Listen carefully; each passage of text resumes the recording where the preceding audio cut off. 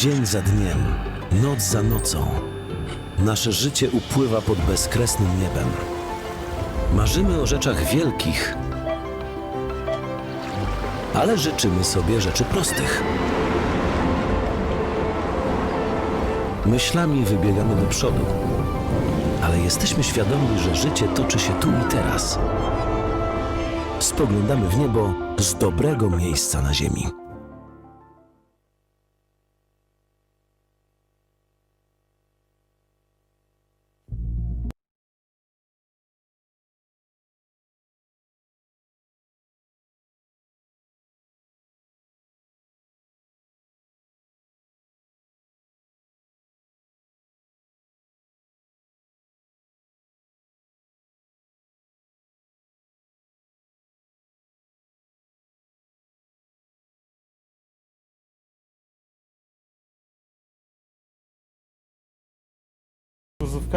Lepiej tak, nie? Niż tam. Potential investment in West Nusa Tenggara. Why? West Nusa Tenggara is ready to accept visitors and businesses? Fastest growing region in Indonesia. Consistently beats national economic growth in 2014 to 2017. GRDP growth of 25.3%, from Q1 2014 to Q1 2018, the highest among 34 provinces. HDI index's growth of 8.9%, from 2010 to 2017, the highest among 34 provinces. Solid infrastructure. 98% of national road is in solid category. Zainuddin Abdulmajid Airport. Revitalization of Badas and Bima ports. Gilimas, Lembar Port Development. Dams. Pandandur, Bintang Bano, Rababaka Complex. Surplus of 25 megawatt. Additional 450 megawatt is in development. Strong government support. Online and centralized permit and tracking system. Clear KPIs for investment permit processing. Principal permit, 3 days. Investment permit, 6 days. Capable workforce. Young, vibrant workforce. Workforce size 50% of total population. Low unemployment, 3.32%. Strong university networks. A total of 42 universities across the province. West Nusa Tenggara's diaspora network, national and international. West Nusa Tenggara scholarship for all degrees, currently working with 26 universities in 5 countries around the globe. Welcome to West Nusa Tenggara in Indonesia. As a governor, I have to make sure that our province is friendly to business community, friendly to investment, so we are so happy that you are interested to come to our province. Thank you very much.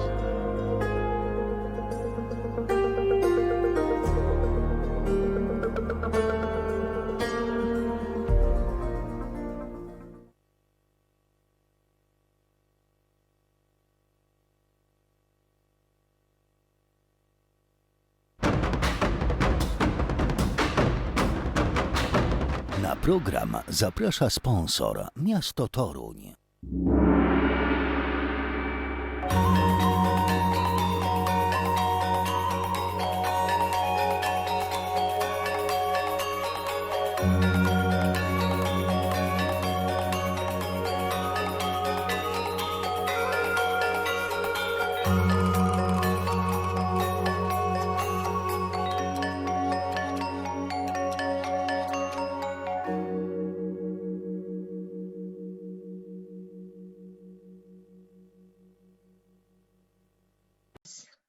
Wow, great. I'm really sorry that we start a little bit late. As I said, we are waiting for Anna. She will join us. But I can start. I'm really sorry for the noise in the back, but I have terrible problems with breathing. So I hope that you will forgive me this. Okay, so good morning, good afternoon, and good evening. I'm honored to welcome you to a seminar on human rights in Asia. The seminar is organized as a part of International Asian Congress. 11 distinguished experts plus 1 moderator 5 nationalities in 6 countries and in 4 time zones. I'm in the best position because I know all of you. I know that you are great experts with wide knowledge, with solid practical experience gained in many countries in the world. I can introduce you, but I think that you will do it much better. Okay, I will not do it in any special order. I will just do it. I will ask you to introduce yourself as I see you on the screen. Antonio, could you please start? Just an introduction of myself. Please switch on the microphone because we can't hear you. Apparently my microphone is No, working, I can't hear you. but it is switched on. There is a problem with a microphone. The other people hear me? Yes. I can hear you. Yeah, good morning. I can hear you. Yeah. Can you just change, I for can example, hear you. the device, for example, for your mobile phone? Maybe it will be easier.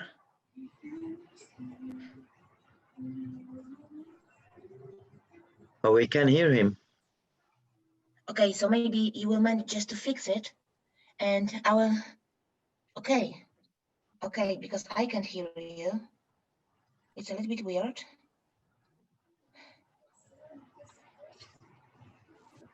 Michał, ty słyszysz, tak? Tak, słychać. O, przepraszam, to coś u mnie. Przepraszam, sekundkę.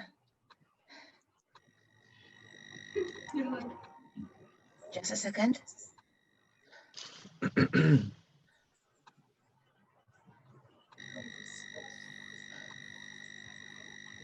Yes, it's my fault. I'm really sorry. Okay. It's maybe because, I'm seriously ill. Okay, so let me start. So, good morning, good afternoon, good evening. I'm honored to welcome you to a seminar on human rights in Asia. The seminar is organized as a part of the International Asian Congress. 11 distinguished experts plus 1 moderator, 5 nationalities in 6 countries and in 4 time zones. I'm in the best position because I know all of you. I know that you are great experts with great knowledge, but also with solid practical experience. I can introduce you, but I think that you will do it much better. Okay, so I will not do it in any special order. I will just ask you if you can introduce yourself as I see you on the screen. Antonio, okay, could you please start? Yes. Hello, everybody. Thank you for involving me in this project. I'm Antonio Stango. I'm a contract professor of International Organizations and Human Rights at Rome Link Campus University after teaching in other institutions. And I am also the president of the Italian Federation for Human Rights. Thank you so much, Antonio. Gias. Hi, good morning, everybody, and nice to meet you all, and good to see you, Maria. My name is Gias Aljendi. I am based in London, and I'm originally from Syria. Left Syria a long time ago, 22 years ago. I left and settled down in London. I'm a human rights consultant at present. I do some consultancy with various human rights organizations, mostly about Syria and the Middle East. I worked also for major human rights organization, Amnesty International, Human Rights Watch, and all this PEN International. So I've been quite connected with the international human rights atmosphere. And I recently want to mention this. I recently started working on elections as well. So I did because now we are very involved. I literally slept in the last 24 hours, slept 20 minutes following what's happening in America, mainly because I want to see some blue sky outside. And yeah, and also because I also been working in the last few years on elections, either monitoring elections or monitoring the media and social media, which involved mainly disinformation, freedom of expression, and hate speech, and also like attack on women, female candidates. Sorry, I was long, and again, nice to meet you all. Thank you so much, Gias. Adi. Thank you, Maria. I am happy joining in this forum. My name is Ade Marufira Sinjaya. I am a lecturer and researcher in International Relations Department in one private university in Indonesia. My university is Universitas Muhammadiyah Yogyakarta, and I met Maria at IUNOPISTIC 2 years ago. Yeah, Maria. Thank you, Maria. Thank you. Thank you so much, Adi. Renata Gałaj-Dębniak, she's a professor from Szczecin, University in Szczecin. Renata has some problems with throat, so today she will not participate in the discussion. She will only listen to us. Okay? Akihisa. I'm sorry, maybe my pronunciation is not correct, so please forgive me. But that's perfect. Thank It's you. correct. My name is Akihisa Matsuno. I'm Japanese. I'm teaching international politics for a long time at Osaka University in Japan. And in practical terms, I've been involved in a number of human rights cases, starting from the problem of East Timor, and also I worked with the Sri Wahyudiningrum Ayu on the massacre of communists in 1965. And then I'm also doing research on some conflict areas, Palestine, Western Sahara, Southern Thailand, and the Philippines, in which I think the human rights issue is very important. And I worked for the Truth Commission in East Timor for a year as an advisor. So nice to meet you. Thank you so much. Jeda. Step. Sorry, I always have problems with pronunciation. That's okay. That's okay, Maria. Thank you so much. Thank you so much. You pronounce it very perfectly. So good evening and good morning to us all. My name is Iyat Veda Sitepu. I come from Indonesia. I teach at Universitas Kristen Indonesia in Jakarta together with Imelda, my colleague here. I am an expert in higher education, and recently I'm working on a research, international research on access of people with disability to higher education. So this is a little bit different to what the common people might think of human rights, but this is part of it. So looking forward to discussing with you all. Thank you very much. Back to you, Maria. Thank you so much. Fabriana. Hi, everyone. Maybe I'm the only journalist here. Yeah, so I'm like independent investigative journalist from Indonesia. I based in eastern part of Indonesia, and now I'm like a regular contributor for The Guardian, reporting from the Black Lives Matter movement, from the COVID-19 to Black Lives Matter movement. But my focus reporting in social injustice, indigenous community, and story of women across Indonesia. But I have written extensively on West Papua issue, so that will be like my focus right now. Thank you. Thank you very much, Fabriana. Gabriela. Hello. My name is Gabriela Morawska-Stanecka, and I think I'm the only politician in this group. So thank you for invitation. I used to be practicing barrister, but now in the moment I am deputy speaker of the Polish Senate. And of course, my work, just natural, is issue of human rights, but women's rights and women's rights violations, of course, especially in Poland, but I'm interested in women's rights violation all over the world. And thank you, Maria, and good health. Thank you so much, Gabriela. And Gabriela was also my boss during a year. Okay, Ayu. Hello, everyone. It's 7:30 p.m. here in Indonesia. I'm Ayu, or Sri Lestari Wahyuningrum, Ayu for short. I'm based in Jakarta. I'm currently teaching political science at one of the public universities in Jakarta. It's Universitas Pembangunan Nasional Jakarta. I also did research mainly on human rights, transitional justice, gender, democracy, and also with Aki, as Aki was mentioned. Also, I'm also working on issues of the Indonesia 65 anti-communist mass violence.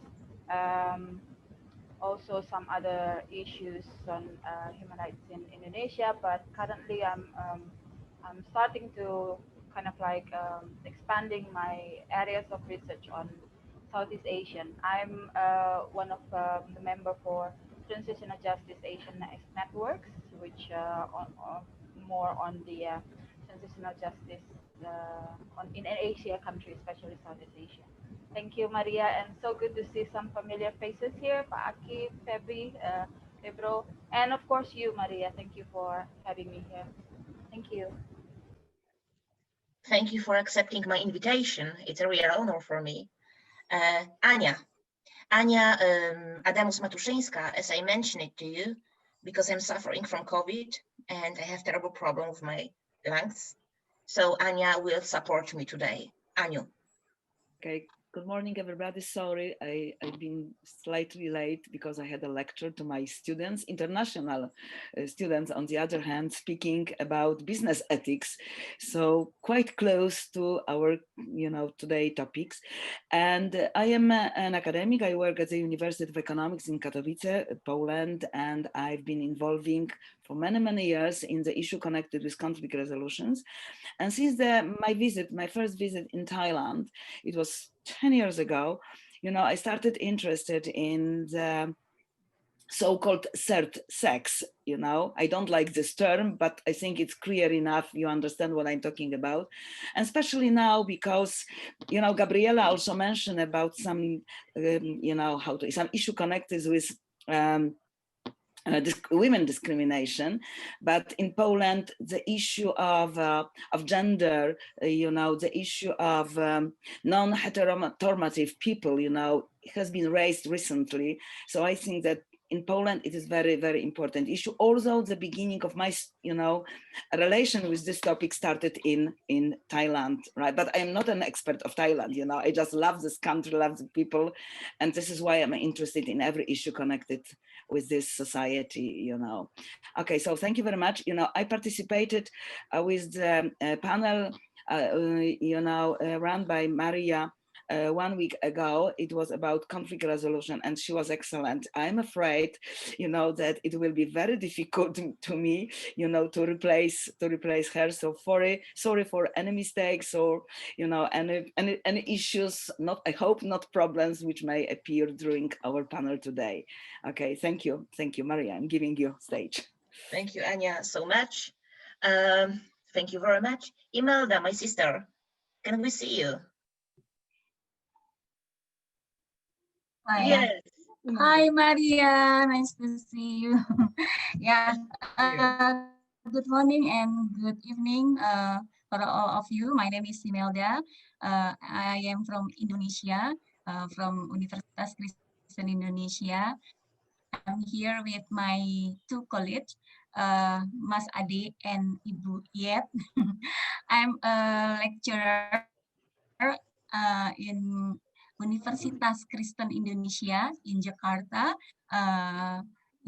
I teach international relations subject, and my focus is on foreign policy, diplomacy, and global political economy issue. And I am also a researcher at Center for Social Justice and Global Responsibility, and I also focus on in justice issue and human rights issue. Thank you.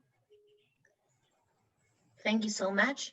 So as you know, I have some questions to you because it will be a discussion, not typical presentations. So if you would like just to speak, you can just speak. Okay, so my first question to you is, what are the most important threats to human rights in Asia? Who would like to start? It's always difficult, you know. I should start. Okay. For me? Yes, Akihisa. Yes, please. Okay, of course, it's too difficult question, you know, to comprehensively cover the question because Asia is too wide, and then issues are so spread out, and then each country has its own problem and each background history. So, but anyway, we have to start from somewhere. That's why I'm forced myself to speak first. I think there are a number of issues we can discuss separately from each country's issues. Each country has its own issues. Recently, I'm looking at China, of course, but China itself is a big issue in the field of human rights. And then Thailand, of course, recently it's a crisis of democracy, and in the Philippines under Duterte, the human rights situation drastically deteriorating. So everybody knows it. So apart from these individual issues, maybe I can toss some ideas. Okay, so key issues such as securitization of everything is going on. But maybe this is not particularly Asian topic. It's going on all over the world. Securitization, security as a priority and a political discourse, and everything comes under this securitization policy. Then we have to shut up, you know, and then many different voices can be silenced. Then the rise of populism. Well, this is not a new topic, but it began some years ago, and it's also a topic in Europe, and in Asia, populism is also an issue. And failures in democratic transition. Well, typically we see it in Thailand. That it's very sad to see. You know, so once Thailand was a kind of supporter of democratization in the whole Asia, in ASEAN, and but somehow it ended up in crisis, and now there's a serious doubt about the future of democracy in Thailand. It's very uncertain, and why this failure in democratic transition occurs. And then in the midst of this failure, we see a lot of human rights violations. And many activists are killed, even outside Thailand. I can talk about one example in Japan later. A Thai professor attacked in Japan. Then economic success of authoritarian politics. This is a controversial issue. We used to say democracy and economic prosperity go side by side, in parallel, hand in hand. But that's the ideal of a European liberal democracy and so on. And Japan is one of the followers. But recently, very unfortunately, authoritarian regimes have achieved some successes in economic field, including China. So this success of authoritarian politics is an issue. And Chinese in international relations, China in international relations, it's providing aid, more aid to authoritarian regimes. And that is affecting the domestic affairs, for example, in the Philippines and Cambodia and Myanmar. And the position of human rights is very weak now in these countries, and the conditionality in foreign aid is now almost gone. So the European position on human rights is now weakening in Asia. And finally, I want to point out the decrease of impact of the UN human rights mechanism in Asia. So there are lots of things like this. And I also want to point out the digitalization of information. It's a broad issue, but certainly it has impact on the human rights. Okay, I want to stop here. And maybe somebody can continue to raise some other issues as well. Thank you. Thank you so much. Can I tell something? Yes. So I think that we are talking about human rights. So I'm of course special emphasis on women's rights. It's very important to say that women's rights are violated all over the world. It's not only in Asia or only in Africa or only in Europe. So it's recent events in Poland prove that the fight for women's rights and for minorities, sexual minorities' right is not over. And regardless of geographical location or level of prosperity of the country. And I think that in countries where there is the tendency to base the legal system on religious beliefs, it's women and children who always become the victims. According to options of many experts, religion is one of the main reasons that fundamental human rights of women and girls are violated, and they are subjected to brutal violence. And for me, this is this influence on the religious fundamentalists of the legal system, on the legal system. And I think it's one of the most important reasons. Hi, Yes, of course. Yeah, thank you. Yes. Thanks for the information about Asia and women rights, which is common. I want to speak about the Middle East, a part of the Asian Middle East, Syria, Palestine, and Lebanon, and the Middle East in chaos more than before. Lot of wars, fighting.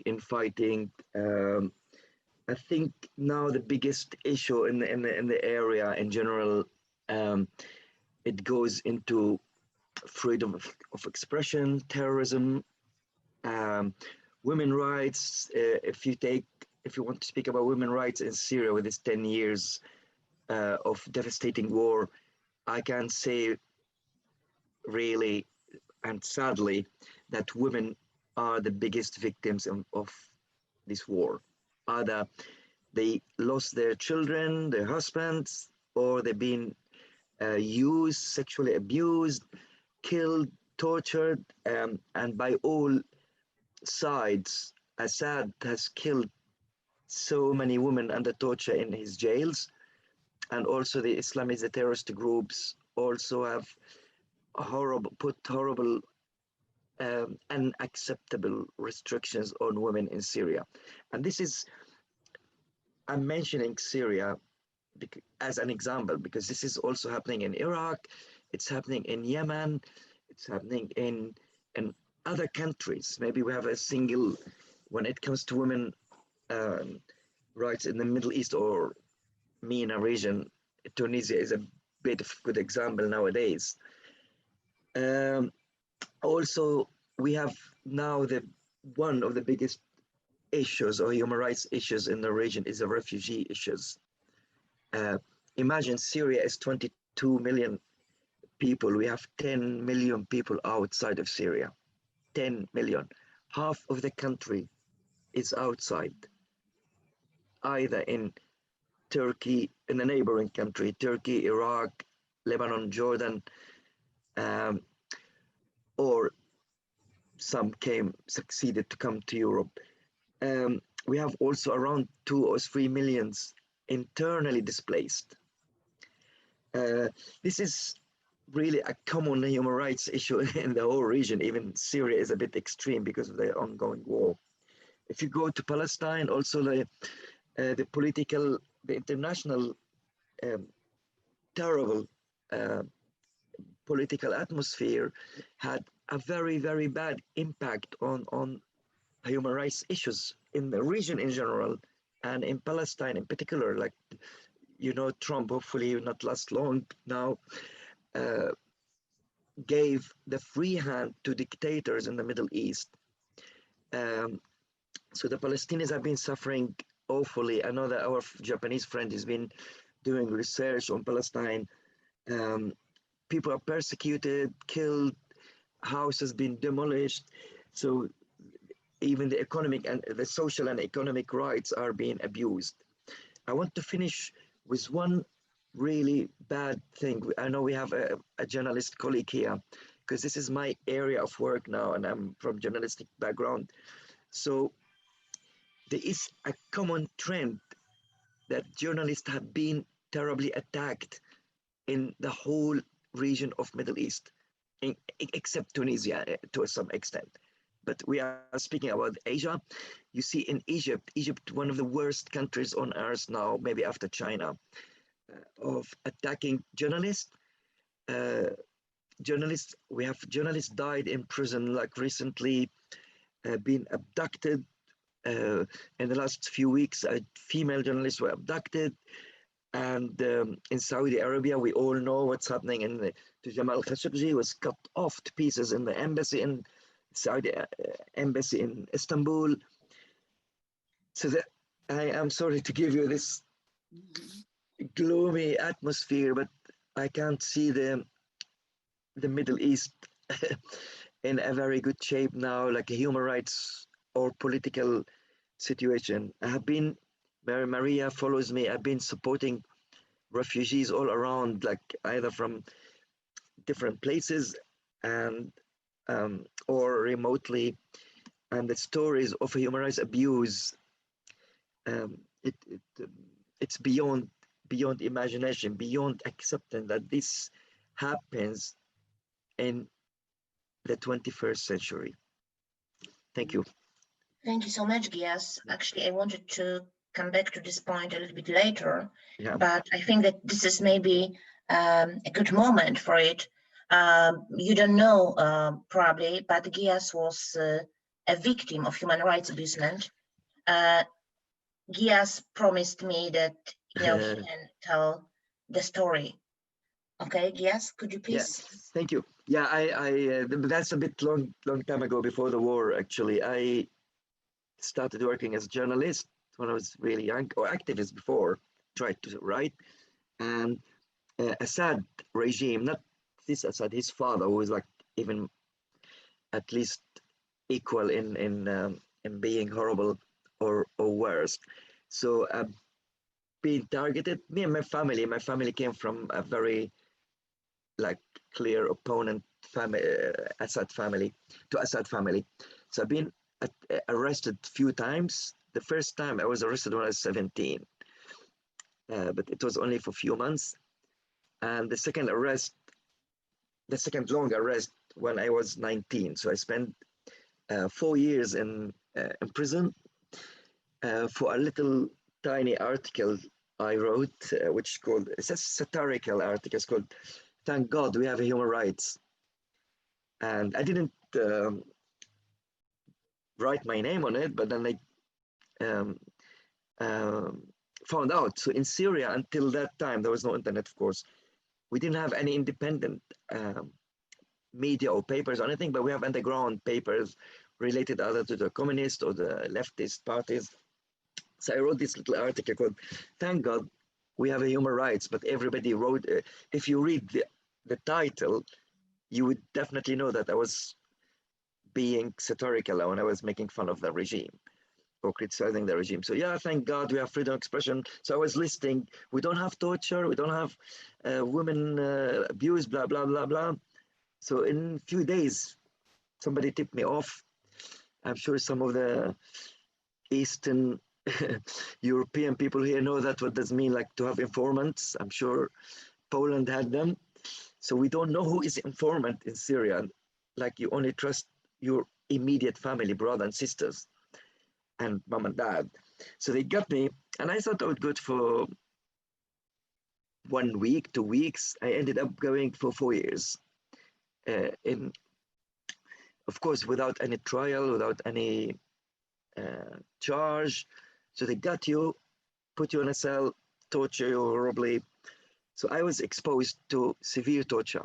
Like I can't even describe it, except if you want details. Electric shocks, beating, hanging from the ceiling, was like my arms up, and yeah, that was the situation. I made me flee Syria after, because I've been released after 4 years. Just opened the door and say, okay, now you can go.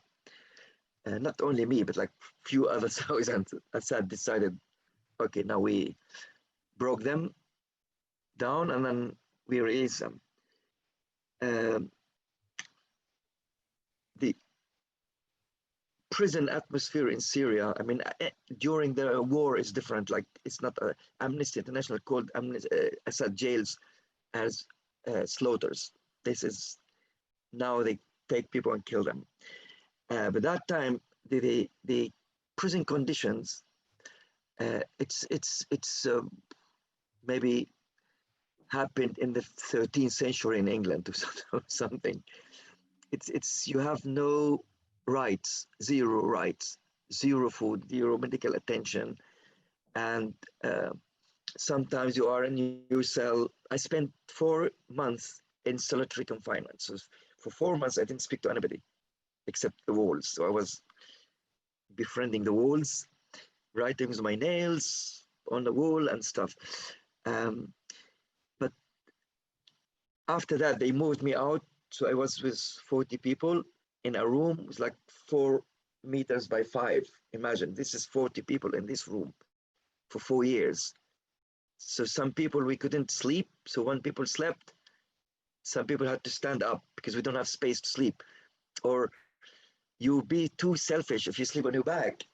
You can't sleep on your back. You have to sleep on your sides because your size takes, on your side, sorry, it takes less side. This is after 4 months of spending time in the solitary confinement. They bring you back to the collective cell, but then also they don't torture you except when they wanted to. They like physically, but they torture you mentally or psychologically. They ban you from seeing your family. If you need medicine, they don't give you the medicine. And then sometimes, like I tell you a story, like once I was sleeping at 2 a.m. and I overheard 2 jailers said, like, let's bring this guy and make fun of him. And they make fun of him. They brought me and tortured me for no reason, just to entertain themselves.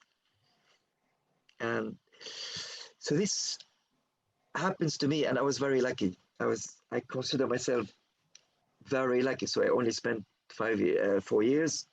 My older brother spent 5 years. My cousin was killed under torture completely, like tortured him to death. And we all secular. We all we don't have any involvement with Islamists. We don't have any involvement. And that time there was no Islamists in Syria, or they're being all kicked out. But criticizing the regime was enough for you to go for 10 years, even if you say to your neighbor, like, Assad is horrible. So that was this period I spent.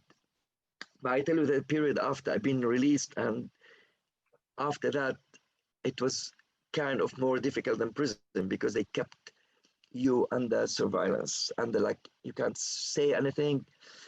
Imagine, I'm Syrian. I didn't have a work permit.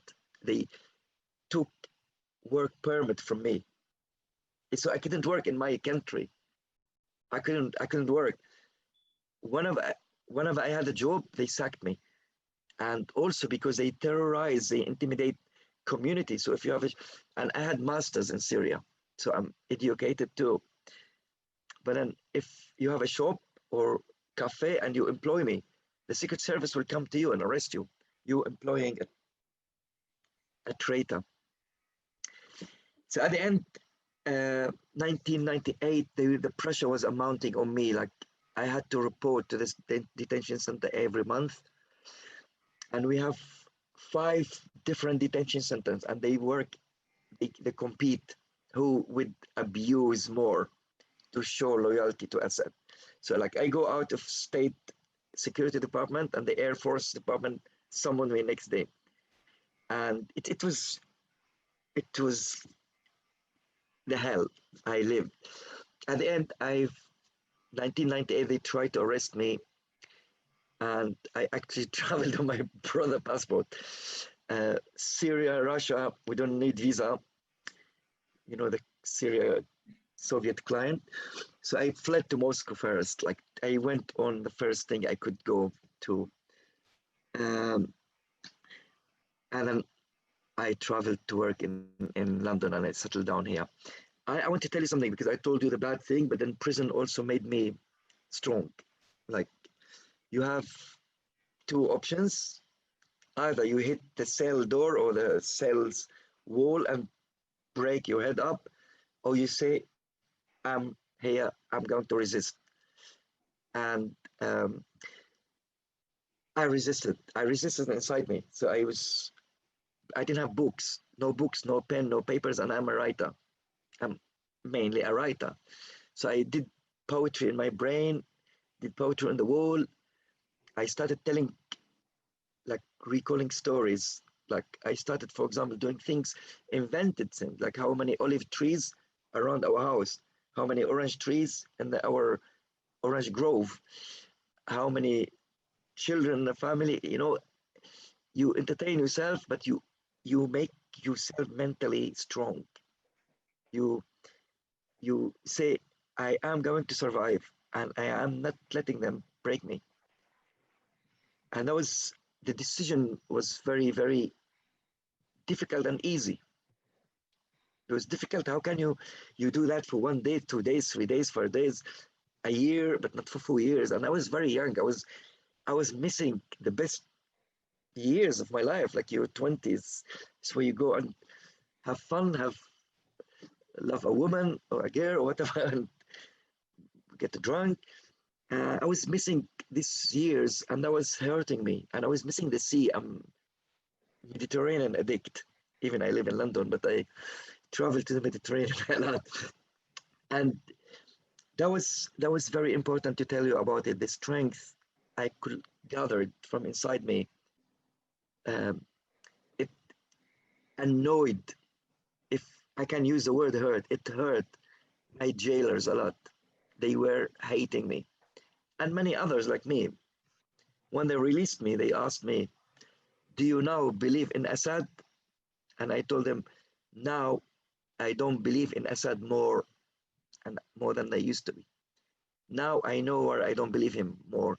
So I gathered this strength, sorry, and worked on myself also. Like I did a plan like to overcome the torture, because the torture, if you don't deal with it, it stays here. But I dealt with it luckily, successfully, and also was very lucky to come to London, to Britain. So I had very, very good attention. We have a great organization here, created by a Holocaust survivor, Helen Bomber, and it's called the Medical Foundation for the Victim of Torture.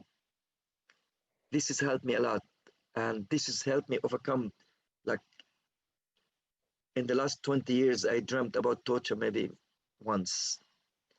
But this is the strengths I built inside me. I want to finish here because I tell you something, the strengths inside me didn't stay inside me. I also did all my best to transmit these strengths to others. So it's why I came and I worked for Amnesty International for 7 years and other organization, and went back to Amnesty and other organizations. So I used my experience to help other people. I became extremely aware of rights. My mom coming to the prison and preventing her, banning her from visiting me, made me also more aware of women's rights. So I tried to build this collection of strengths, and I'm sorry if I made you sad. Thank you so much, Gias, for the story. Who'd like just to... Yes, Anya. Okay, right.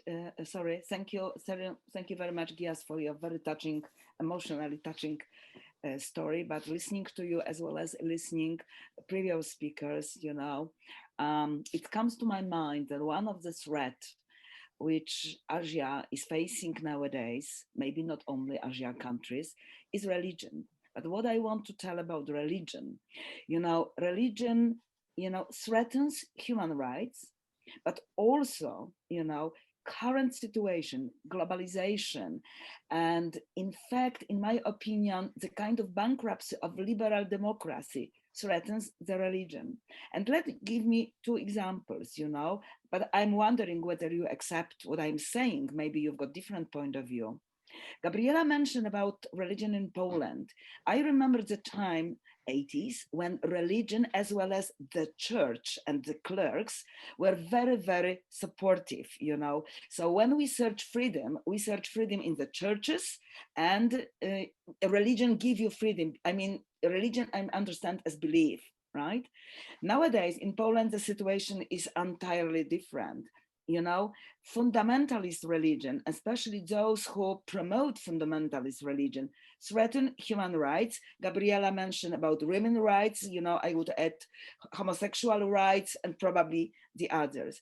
And another example is Thailand, which nowadays is really in very difficult time. But probably you know that Buddhism is dominant religion in Thailand, and generally within this religion, there is a great acceptance for 4 genders, not only 2, women and men, right? But there are 4 genders. But what happens when liberal democracy and freedom economy, settle down in Asia, among other in Thailand? What happened? Buddhism as the dominant religion accepts gender issue, but what happened in companies which are European or American origin don't want to employ those who do not present themselves as, female or male. So there are many, many cases. Even if you go to internet, you will find many cases, many examples how people from Thailand say that, oh, I've got proper education, I've got proper qualification, but when I revealed that, I am, Kato, yeah, I never know how to pronounce in Thailand, this, I represent the serpent. Suddenly it turned out that I can find the job, receive the job. And another example from Thailand, which is, I think, quite well known, that globalization make us, people from Europe and for other countries, come to Thailand not to explore the beauty of this country, not to understand better the culture, but to meet the strange people. Sorry for that. It's my opinion. It's not my opinion, but I know how it works. Many people from Europe went, because of pandemic, they stopped doing it, to meet these Tao people, the third sex. So for celebrities, for entertainment. And what happened? That those people in Thailand who really cannot declare that I am male or female, they cannot find jobs according to their qualification. What they do, they go to the theaters. Some of them probably like these jobs, right? I had some interviews with those who work in the homosexual theater. I mean, LGBT, it's better to say, sorry for that, right? They just go to the entertainment industry. Who to entertain? Us, Western people. So these are my two remarks, but the starting point is religion. I remember the time when religion was very, very helpful. I consider Polish case. and Poland. But nowadays I see that religion is losing, its background. We've got fundamental religion, which by essence is against human right, but those religion which is able to support disadvantaged people, or any kind of minorities, maybe does not exist. But maybe I am wrong. This is my remarks coming from listening to you and as well as from the knowledge I've got. Thank you. Thank you so much. Who'd like to continue? Maybe I can add from the youth perspective. Yeah, maybe it's a little bit different. I think like the biggest threat for the youth generations. I think Akihisa already told about the rise of popularism, and I agree with that. That's what I think. Like the government now like more repressive, and I see that our generation or the younger generation of me, the Generation Z, we stood up against this repressive government. It's happened like from Thailand to Indonesia, but because we are very active in social media, so the government, they have like weapons to clamp down all these young activists. So they like jail them using if in Indonesia we have this electronic law something, so they can jail us if we post something that against the government, for example. So that's so it's related to the internet freedom across Asia, I think, especially in Southeast Asia. And continuing Anna, also, I think I personally see that there is another, again, this is from the youth perspective, there is another threat of human rights in Indonesia is racism against the religious and marginal communities, and this is systemic. In the wake of the death of George Floyd and then Black Lives Matter movement, I think so many youth across Asia realize that this is like the fundamental problem of human rights for them. Like we now like become aware how we are so racist, for example, to the migrant worker or like refugee like Rohingya in Malaysia, for example, and then marginal communities. And then also in my focus reporting indigenous people, in the case of the rise of Buddhism and nationalism in Thailand, we also have like majority Muslim in Indonesia who is like very conservative, attacking the indigenous people who just like applying their indigenous ritual, and this is very real in Indonesia right now. For example, Kejawen is local religion. They were attacked by the conservative majority Muslim in Indonesia. So I think like and don't forget also, we talk about human rights in Indonesia.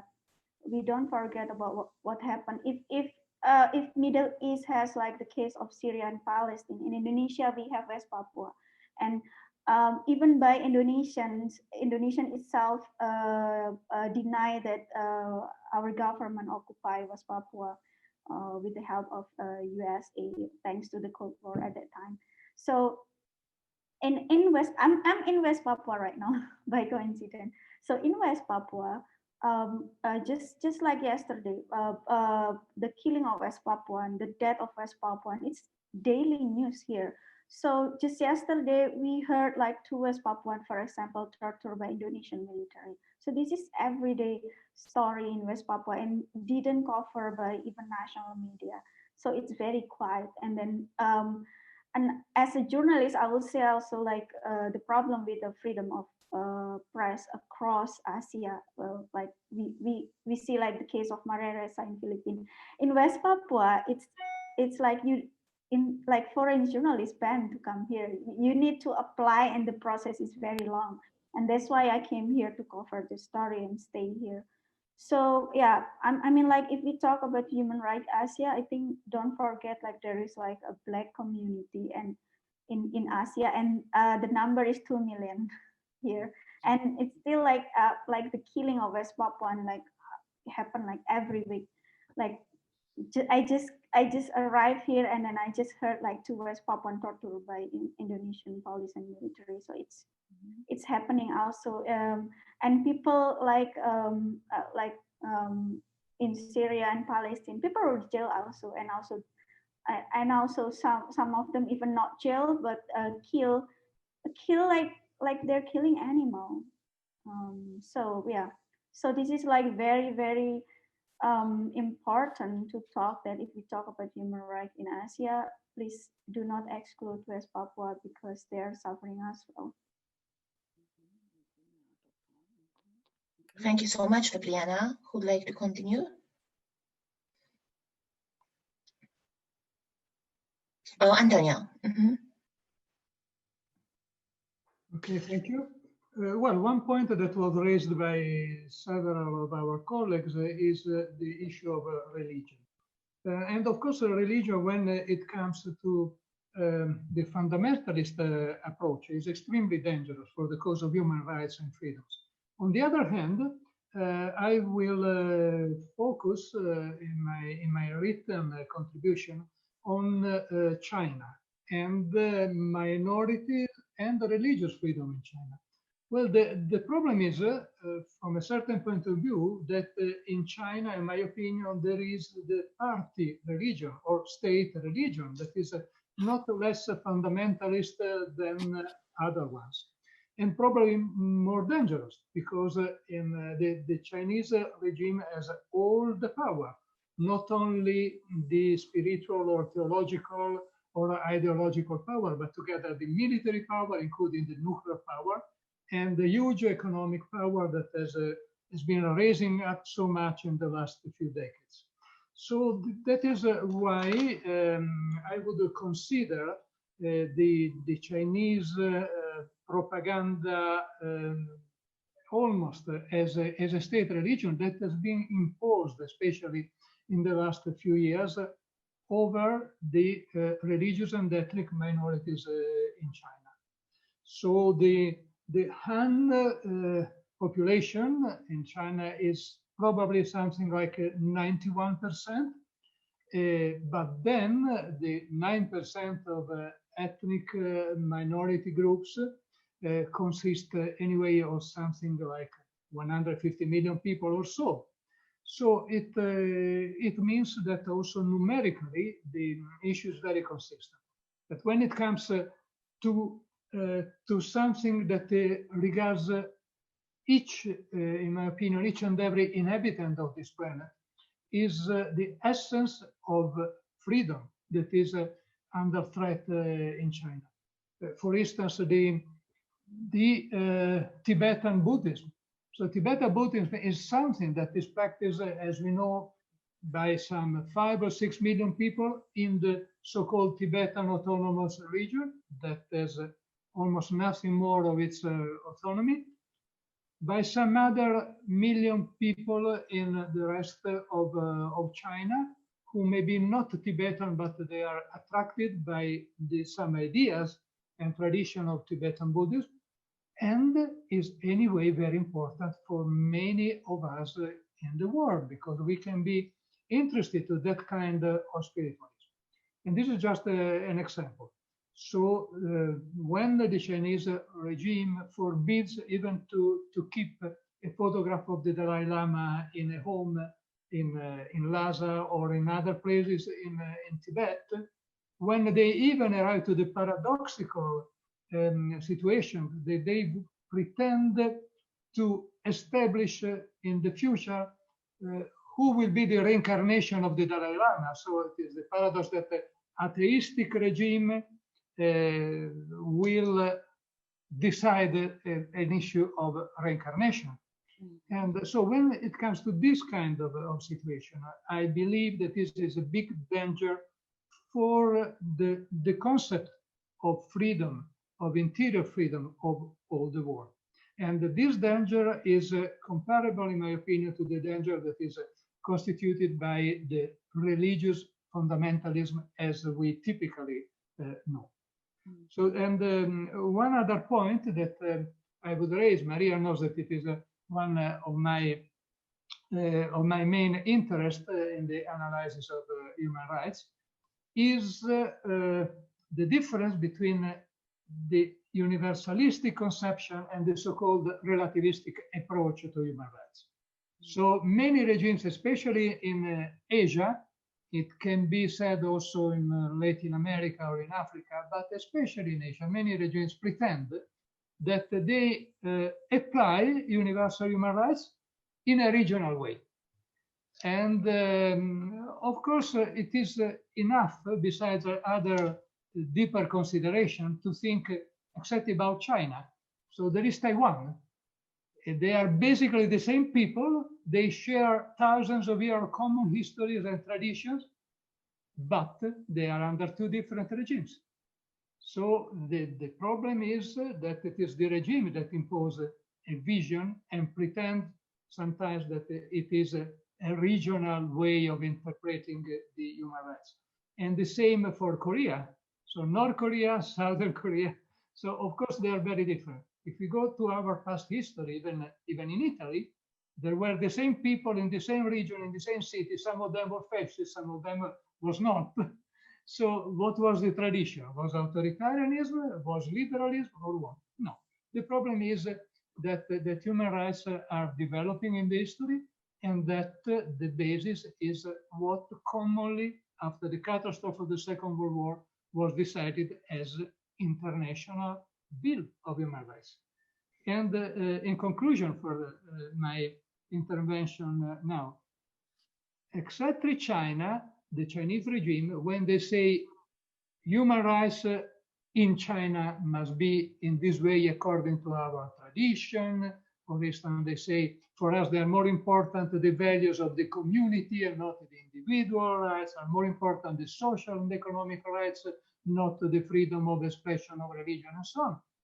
But then they deny the regional approach when it comes exactly to Tibet or to Uyghur minority or to the Inner Mongolia, for instance. So in that case, there is no possibility of existence of a regional approach because the approach must be only the one imposed by the regime. So thank you for your attention. Thank you so much, Antonio. Who'd like to continue? Hey, Maria. Adi, yes, Adi, and after it, Ayu. Yes. Thank you, Maria, for this opportunity. Thank you for your insightful opinions for all speakers in here. I want to add something. The first time I want to criticize the opinion that put like religion or Islam in homogeneous entity. I come from one Islamic movement in Indonesia, Muhammadiyah movement. This is a moderate Muslim. So when I read some commentator from Western scholar, I disappointed because they put Islam in homogeneous entities. Because if you look in Indonesia, there are many streams of Islamic movement, from moderate to quote unquote radical. So I come, I think this is need to confirm because some misunderstood about Islamic movement tend and prefer put Islamic movement in one categorization. So in Indonesia, I think today in Islamic movement, there are we can divide Islamic movement in Indonesia streams. Some scholar from educate class and from universities, based on my witness, they support to democracy with some critical notes. But another Muslim wings movement, they join in perhaps in marginalized movement and in radical movement. So based on my research last year in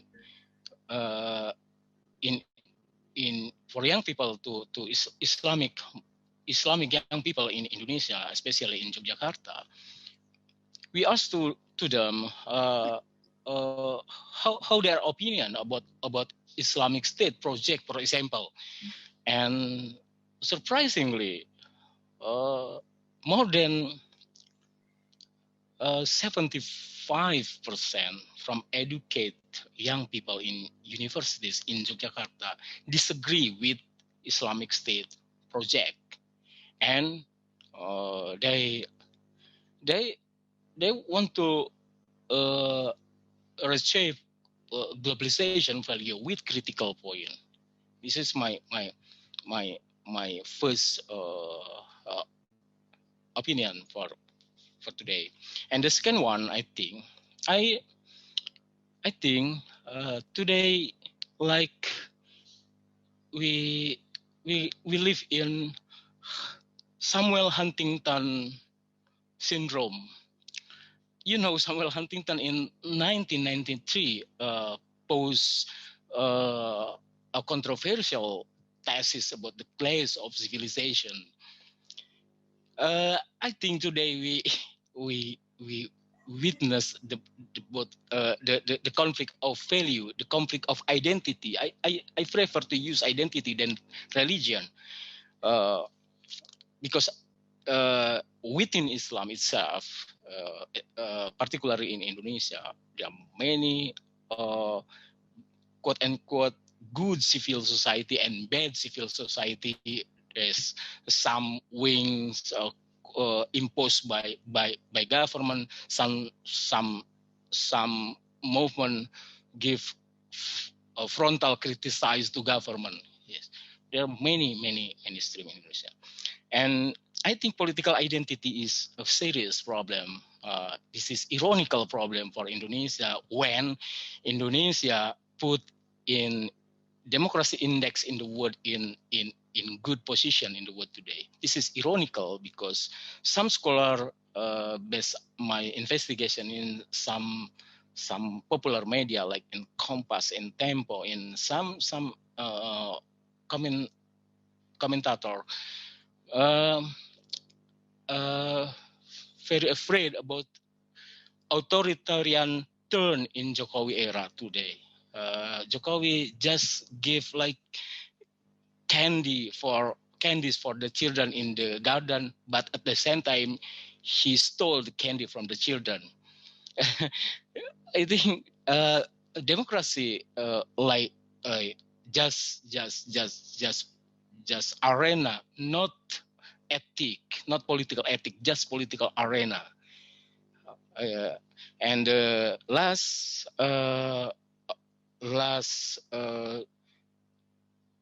my point of view is today eco-right, economic, social, and cultural right also happen in Indonesia when Jokowi focus on infrastructure and economic growth and in investation and make close relationship with investor and keep his power with military and oligarchs.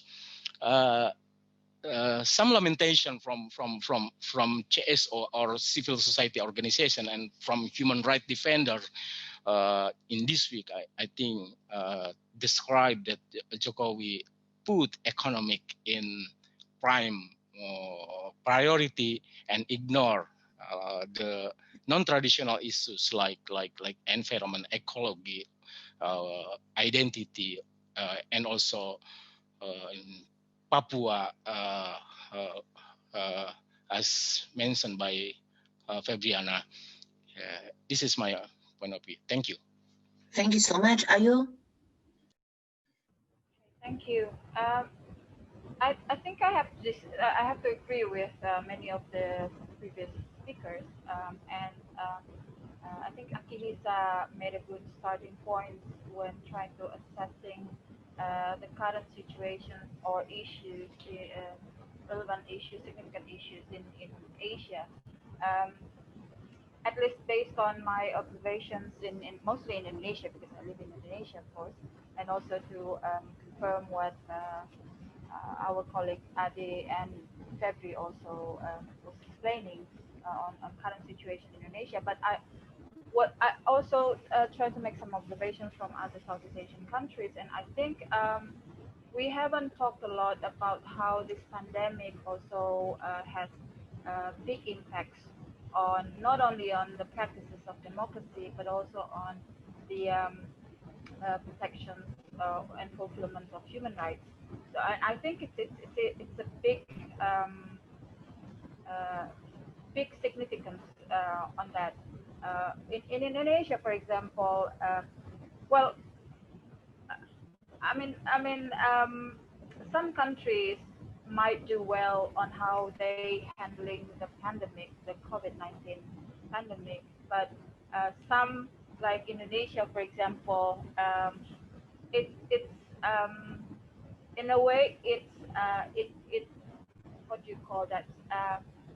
It make ways for practices of authoritarianism to be in place. And because I'm currently writing a chapter on Indonesia, well, there's some colleague in Melbourne University who's doing a book on new authoritarianism in Asia, and I'm writing a chapter about Indonesia. And I think it's interesting because authoritarianism as practice, or some call it as innovation, are used in both the autocracy and democracy regime. So in Indonesia, for example, it's also very much related to how the illiberal practices has been taking place by the government, like shutting down the freedom of expression, freedom of organizations, and nowadays it's but in Indonesia, usually everything is blamed on communists, so as if communists are still well alive, but it actually has been crushed long time ago. And then nowadays they're using, after that they're using the Islamic terrorists as the scapegoats of everything. And then nowadays they're using this anarchists as some people or group to blame for. But interestingly, this regime that is currently operating the innovations of the authoritarian innovations, they're using democratic procedures, democratic mechanisms to justify. Like, for example, it's surprisingly in 2019 when we had a big presidential election, and where Indonesia became very much divided into, well, very much divided basically. But it in a way that justify the identity politics that Adi was mentioned. It justify the anti-nationalist issues that most Papuans are being accused of, and because of Papuans, as Febri was mentioning, was also important in this case, because it is not only about the politics, geographic politics, or identity politics of being the Melanesians and being Indonesian as oppressive to the West Papuans, but also about how Indonesians perceive Papuans as racist, in racist way. I think Febri was mentioning about that also. But all this the COVID thing give ways, as I mentioned, the COVID give ways to the government to impose their undemocratic or their authoritarian nature, and it becomes so blunt. It's so we can see it nakedly. Like, for example, the neoliberal ways of doing the economics in Indonesia, which they wanted to open wide international investment, but on the benefits of some people, which I think Ade was correct mentioning the oligarchic groups, which support the politics today in Indonesia, but then at the cost of, the rights of the indigenous to land, the rights of the farmers, but also, the rights, what I mentioned, the rights to civil liberties, and freedom of expression, associations, and everything. So I think, in a way, my point is, the pandemic, it's just giving, it's like giving wide open ways for the regime to basically come up as they are, in a more open ways, and in a more, we can see it with our own eyes, but also I want to mention the roles of civil society and academics in this way. I think with civil society in Indonesia, it's quite clear in a way, because I think democracy, we've had democratic practices since 22 years ago, but I think it's civil society elements that keep democracy in its track, because then they have, because the check and balance in Indonesian politics doesn't work, but then the check and balance, the control is now on the hands of the civil society, and this is the groups that the government has been continuously targeting for suppression, because we don't have opposition in politics. Those who say they were opposition is basically absorbed now in politics, so we only have new authoritarian regime now, of course with the new variant, but we still have a healthy civil society that can controls that, even though the civil society has also been divided quite harshly in 2019 election, and some of them were also absorbed in the new regime. But more and more, I think new members of the civil society, which is quite critical in the movement, is students. Unfortunately, not so much on the professors, the academics. So we have problems on academic freedom in Indonesia. So we have now an alliance of academics in Indonesia who talks about the freedom of academic freedom. But I think more to this year, more until now, I think one of the serious issue also how to grant, or how to make sure academic freedom also upheld in universities, not only to the scholars but also to students. So yeah, I think more or less this is what's going on in Indonesia, just to add some of the information already given to my Indonesian colleague. Thank you, Maria. Thank you so much. Who'd like to talk? Yes, I would Yes, like to. Okay. Yes, please. And Anna, after would you like to go first? Okay. No, yes, you were first. Yes, and after it, It is very interesting. All of your points. Yeah, I listened attentively, and see, because you come from a perhaps similar background. I come from education, but I think that this is a very relevant issue that we have to address. So I would like to ask you to attract your attention into the underrepresentation and poor achievement in education for 650 million of disabled people in Asia Pacific region. So this is a big number, which I think only some of us have given attention to them. So let me just give you what's this, a figure, yeah, not figure, but information that I think people with disabilities have received lack of attention because they tend to stay in the background. Yeah, they are also subject to multiple forms of human rights violation, and that includes the neglect of their most basic needs and also education.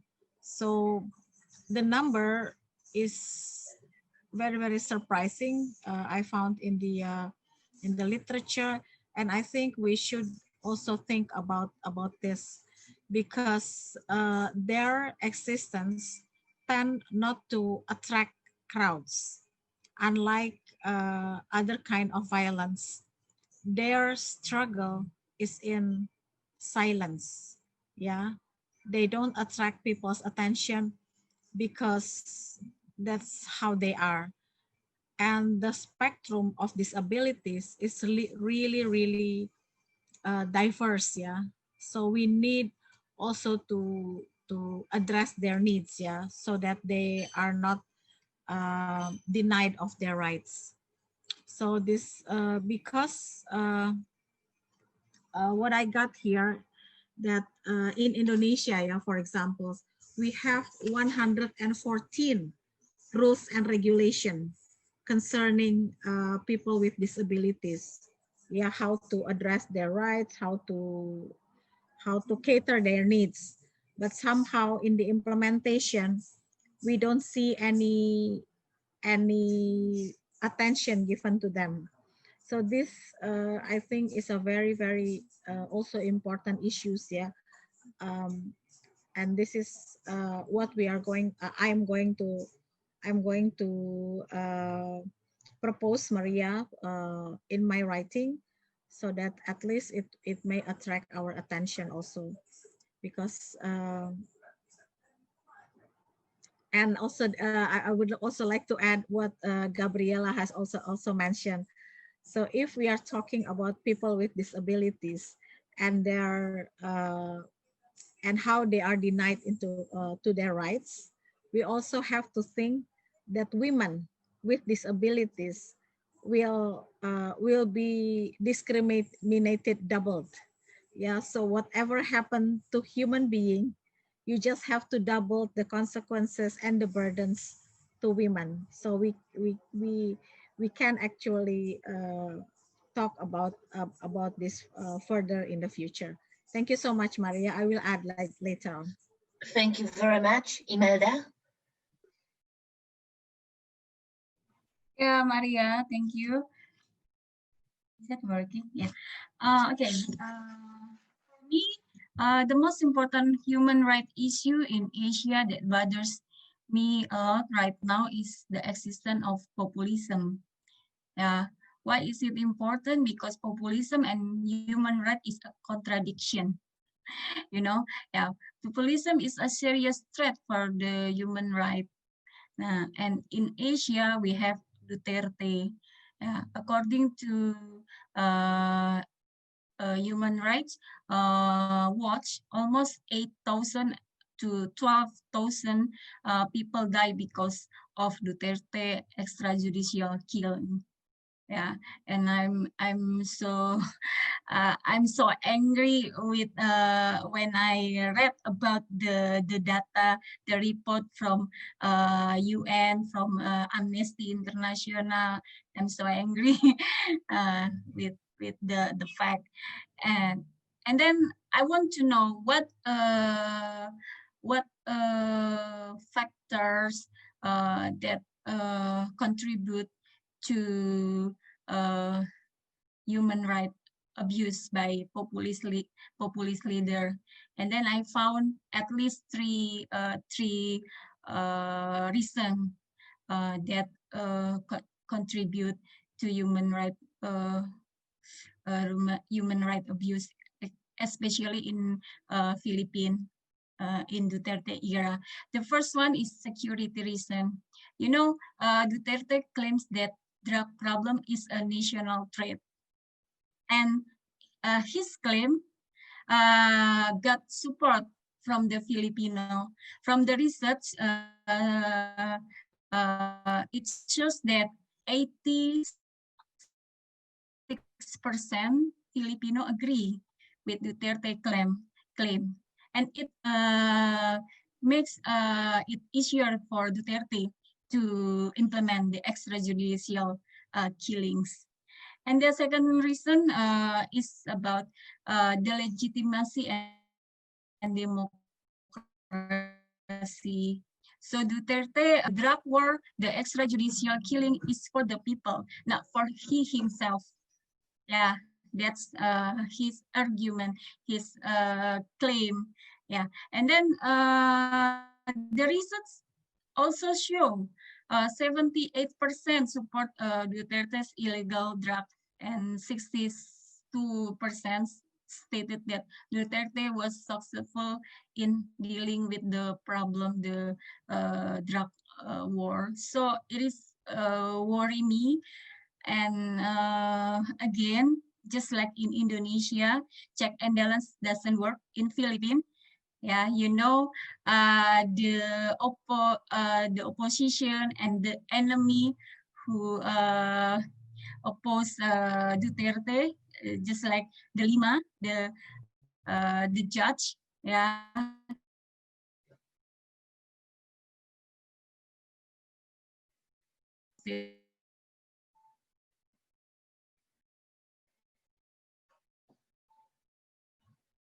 Is something wrong with the internet connection, probably? We lost her. Yes. It rains hard here in Jakarta. I think it affects the one signal. level. Sorry. Yes. Yeah. One level. You're back. You're back. Okay. Sorry. Yeah.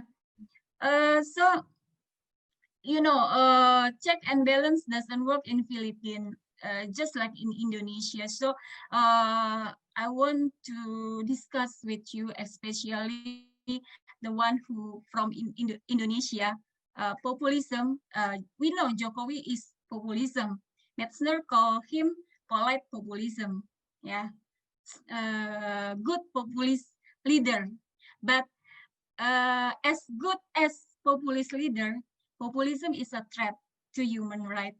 So we must be aware from now, at least for the activists, human rights activists, from now on, especially for Ibu Sri or Farida ya tadi.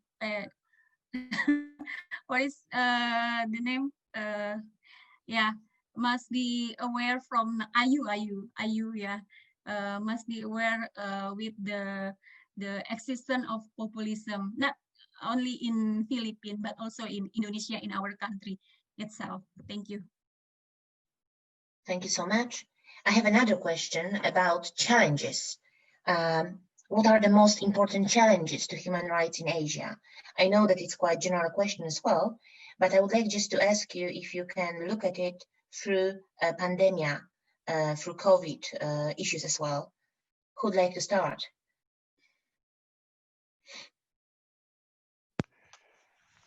Okay, can I say yes. something? Sure. Well, the Asia is perhaps the only region in the world that doesn't have a regional human rights organization.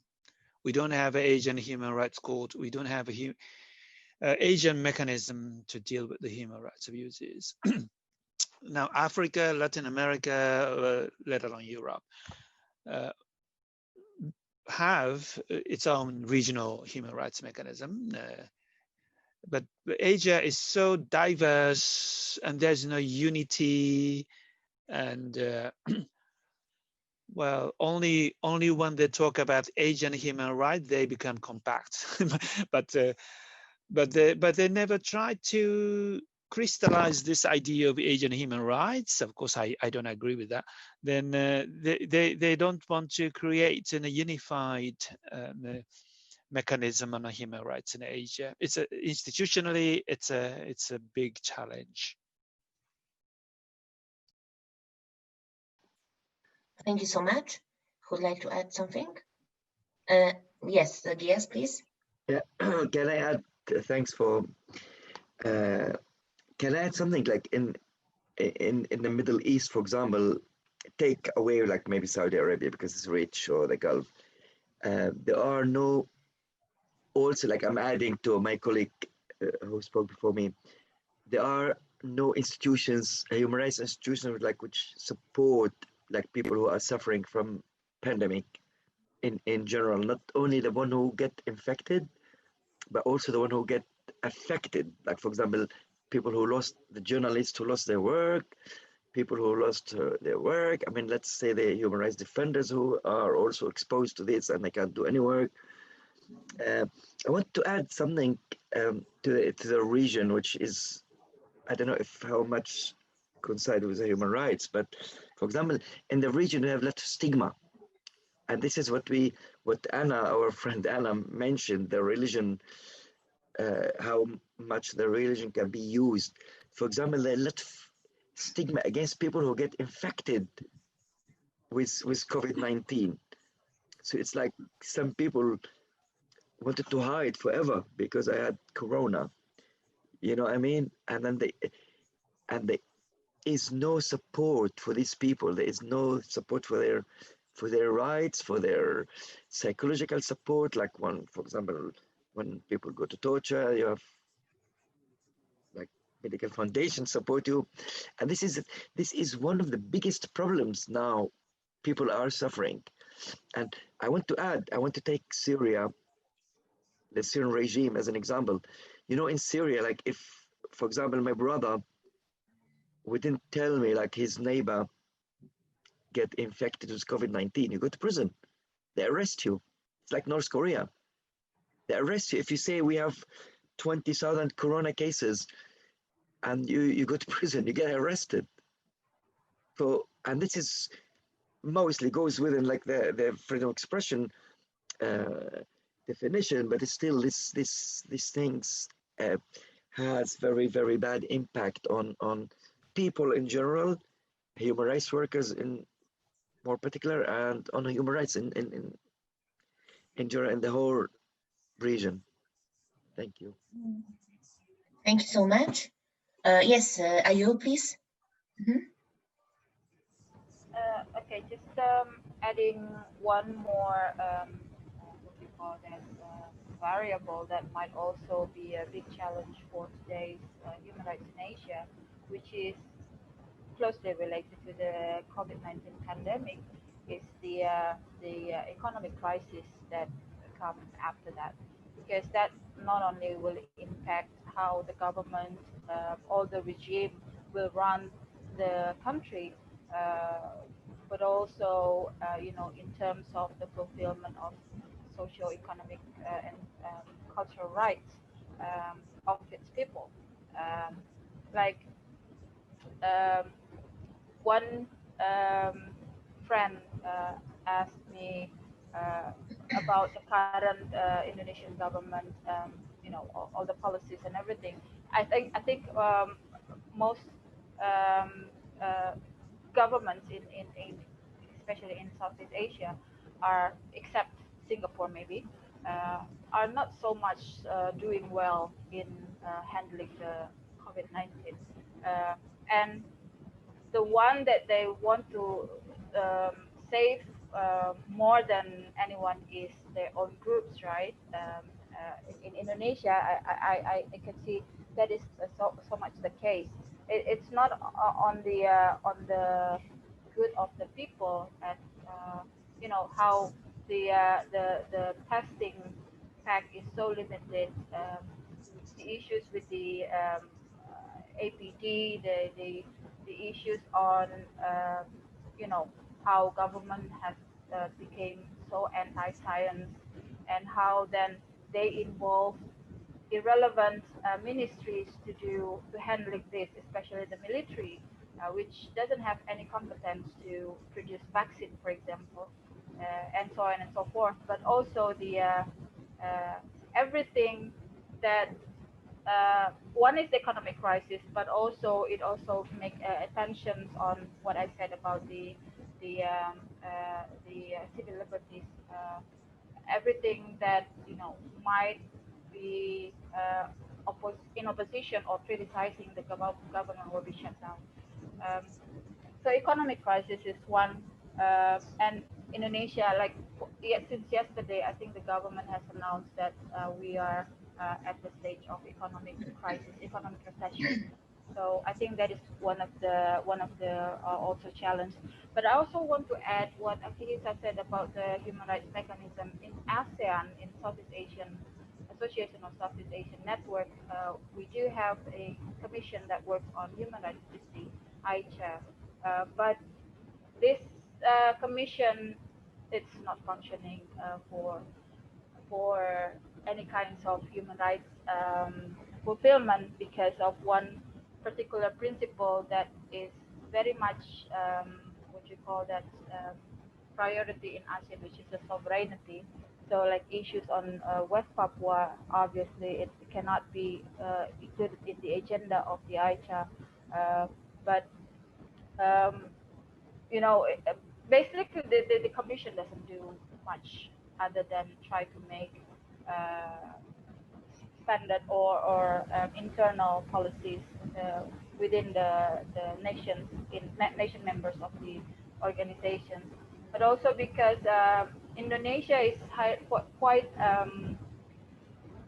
is leading the association, I think, and in a way that, you know, Indonesia was very much looked upon on the issues of Aceh, for example, how then it settled the conflict within the peace agreement, and then they try to adopt that in any other places in Thailand, for South Thailand, Southern Thailand, or Philippines for that particular case. But you know, all issues related to other cases like West Papua or other religious tensions in Indonesia, or violence against minority groups, it just doesn't got discussed in the commission. Also issues with Rohingya, for example, and Myanmar has never been agenda big issues for the commission. So we do have kind of mechanism, but it doesn't work. It doesn't function for what it's supposed to be. Thank you. Thank you so much. Would like to add something? I know that we don't have too much time, so okay. Anna, please. Sorry, just short remarks. You know, when we speak about challenges to human rights, I think that social media is a kind of challenge, because social media once open our opinion and we can exchange, we can find some support, etc. But at the same time, there is so much violation of human rights in social media, and I think it's observable everywhere. So I think that this is quite important issue. And I would like to join this question with the second question about human rights during pandemic. And I can see, you know, maybe not threat, but as a problem which should be solved in any way, that non-governmental organizations which really support people whose human rights have been violated nowadays because of economic crisis, because they cannot act in an open way, you know. So NGOs are in trouble. How to help people who are, you know, in difficult situations? So such two issues I can see now, right? Answering for your question. Thank you. Thank you very much. Would like to say something? Yes, Maria. Yes, please. I think I agree with what Akihisa just said, that Asia is very diverse. And that I would like to add that we have other matters, that attract, that we have to attend to. So if other matters is that our basic needs is not really fulfilled, So sometimes the issues of violation just come up in the media, and then the next day other kind of poverty news and other things that is very classic to Asia comes up. Then that's why not too many people attend to this issue. Thank you so much. Thank you. Yes, would like? Can I say one more thing? Yes, please. Yes, I said there's one challenge in the institutional building for human rights, but there's one issue certainly. But the other side of the issue is how we perceive, how we see the human rights in Asia. It's a question of idea, question of perspective, question of a perception. And I think we have a problem in Asia in that respect. We said Asia is diverse, and we celebrate the diversity in Asia. But in domestic fields, in each country, the diversity is so much neglected, and all the states wants a unified nation building, and then so the minorities are suffering from ethnic minorities to religious minorities and sexual minorities, and minority people with disabilities, always minority. So in reality, so, we all come to the minority issues in Asia, and then all the political leaders tend to think, as far as the majorities are happy, well, we are doing well, you know. So the majority maybe constitute 60%, 70%, but by saying so, they neglect the rest 30%, 40%. But it's a big number actually, but they shouldn't be regarded as a minority. But this excessive appreciation of a majority's happiness, and this excessive appreciation, what I think is a utilitarianism, is a really a question in Asian ideas at the moment. I think this is related with the historical development of nation building in Asia. We well, Japan as a model that so we are so rapidly developing nation building, chasing after Europe. So that's a contradiction we have in Asia. So both in institutional building and also in ideas as well. Thank you. Mm-hmm. Anyone?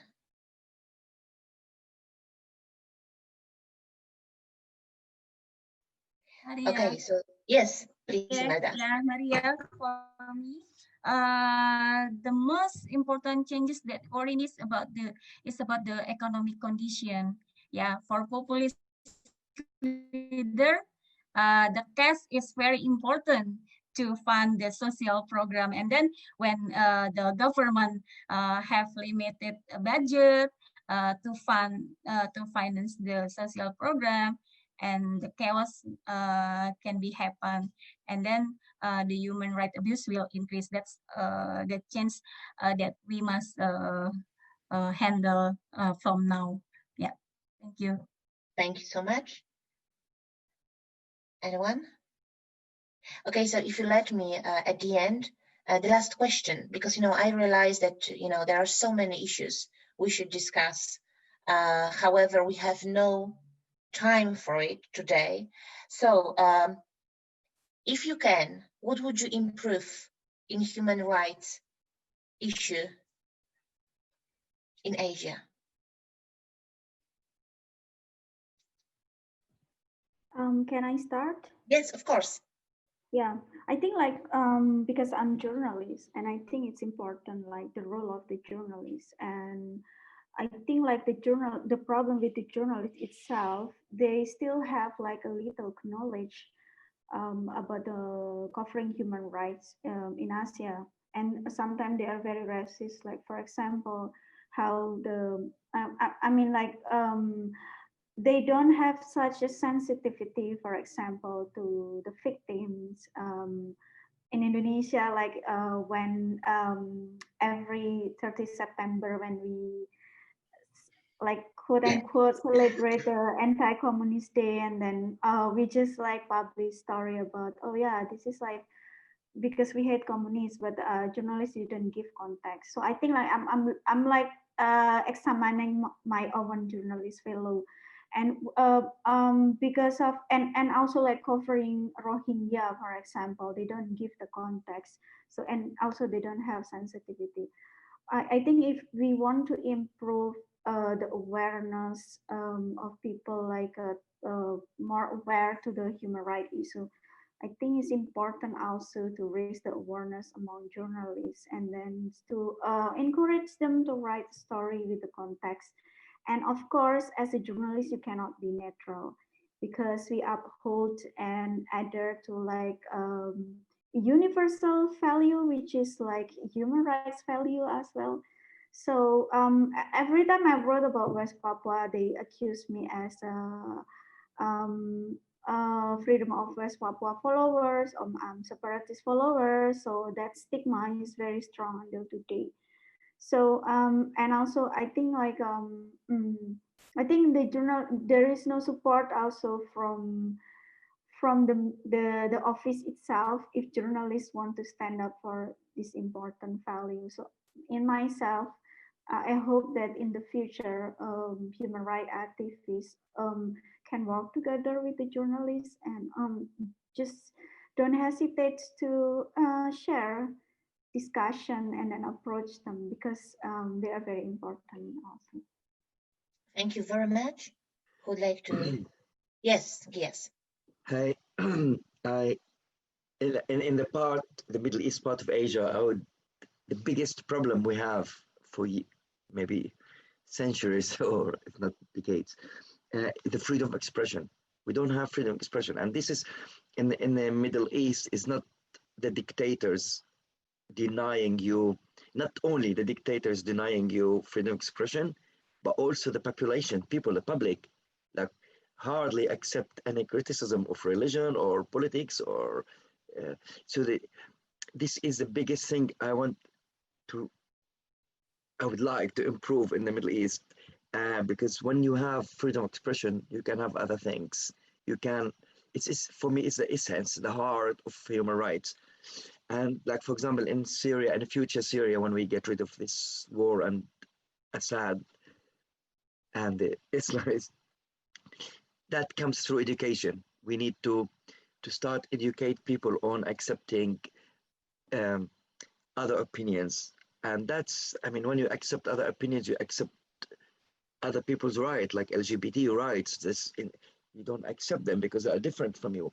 So when you accept the opinion, the difference, you accept other people's rights. So this is my focus, and it's I'm working and dreaming, not only working, of improving. Thank you so much. Thanks a lot. Who'd like? Sentence more? Yes, Anya. Last sentence, you know, listening to you, it comes to my mind now, maybe I am wrong, but human rights mechanism is very universal. You know, we have mentioned many times that Asia is a very diverse, you know, continent, right? Whichever part of Asia you consider, there are different people, different culture, etc. So I think that this is the greatest challenge for human rights mechanism, how to adopt, if it's properly said, the universalism to the diversity of this continent, you know, because I think that many people just don't understand what human rights are because of the generalization of this idea. But maybe I'm wrong, but it comes to my mind when I'm listening to you today. Thank you. Thank you very much. Who'd like to? Yes, Ayu, please. Okay, another thing which is, I think it's like, you know, in regards to this pandemic, which I think it's like a two sides of a coin. One is the increased authoritarian practice and innovation from one side that will very much affect the human rights situation. But also at the other side is, I think, the increased also solidarity in the society. Not only in one particular area, but also in terms of Indonesia, for example, you can see it's expanded in also in other areas. Like, for example, what do you call that, a violation, human rights violations happening in, say, in Kendeng in Java, for example, but then you can see the solidarity in Aceh, in the western part of Indonesia. So it's spread out, and in this respect, we should also appreciate the roles and the significance of social media on that. And the other thing is, I think on the solidarity also is becoming expanding, is the significant roles of the students, university students, which, you know, in my time, we talked a lot about the authoritarian regime led by military leader, Suharto. But today, university students, they go on demonstrations and protest on natural resource issue, for example, or on racism against Papua West Papuans, or more, issues that is, needed attention also from many of us on the farmers, for example. And recently, of course, big issues about the anti-corruption law, but also issues about the Cipta Kerja is, maybe someone from Indonesia can help me on the basically on opening investments in Indonesia. So I think solidarity, we can also see solidarity as a means of or way of resilience for communities to survive this pandemic, because not much to hope from the government side, and they're just busy with how they maintain their own narrative, their own discourse, and their own power. But at the community level around you, my neighbors, everywhere, you can see the resilient mechanisms taking place, and it's a big solidarity also among its members within the community. So solidarity is taking place from the personal, and in a way, it reunites families which was divided heavily during the political events in 2019 in Indonesia. So in a way, it's one of the good things also about solidarity, and we can expand that into global solidarity. I think this is like, for this event is also an opportunity for, not only sharing our situations, but also I'm hoping after this meeting we can also proceed something more concrete in terms of supporting solidarity also with most affected people in Indonesia in terms of human rights. Thank you. Thank you so much. Who'd like to? Yes, Adi, please. Thank you. I think the important point for make achievement for human rights in Asia, especially from Indonesian perspective, is institutionalization of human rights control, both in national level and in regional level. Why this is important? Because in South Asian countries, the reluctancy amongst the leader still happen until today. So we lack indicators in South Asia when we speak and pose human rights issue, because we lack institution, this strong institution to control the human rights issues in this region. And last point, I think human rights and political democracy is about human being. So the agenda is humanizing democracy. I think this is in all level, humanizing democracy from NGO to marginal people, to common people, to elite people, because today I think democracy is too instrumental and too elitist. So humanizing politics, humanizing democracy is important for me. Thank you. Thank you so much. Yes? Who'd like to be the next?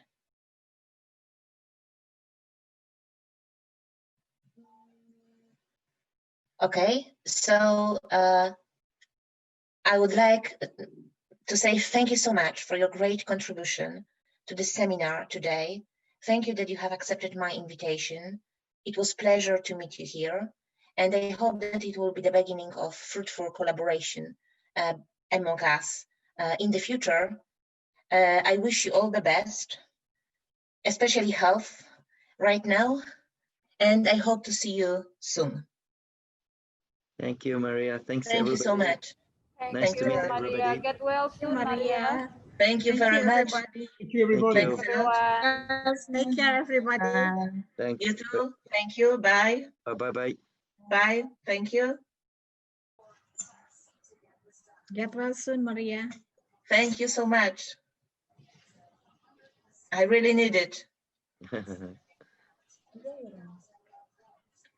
Thanks a lot. Get well soon, Maria.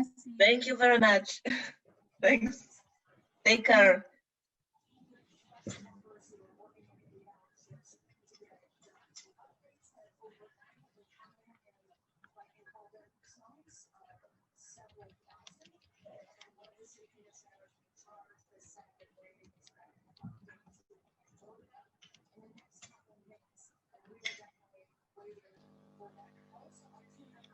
Thank you, Maria. Good Thank you so Wilson. much. Goodbye. Bye. Bye. Bye. Bye. Bye-bye. Bye. Thank you so much.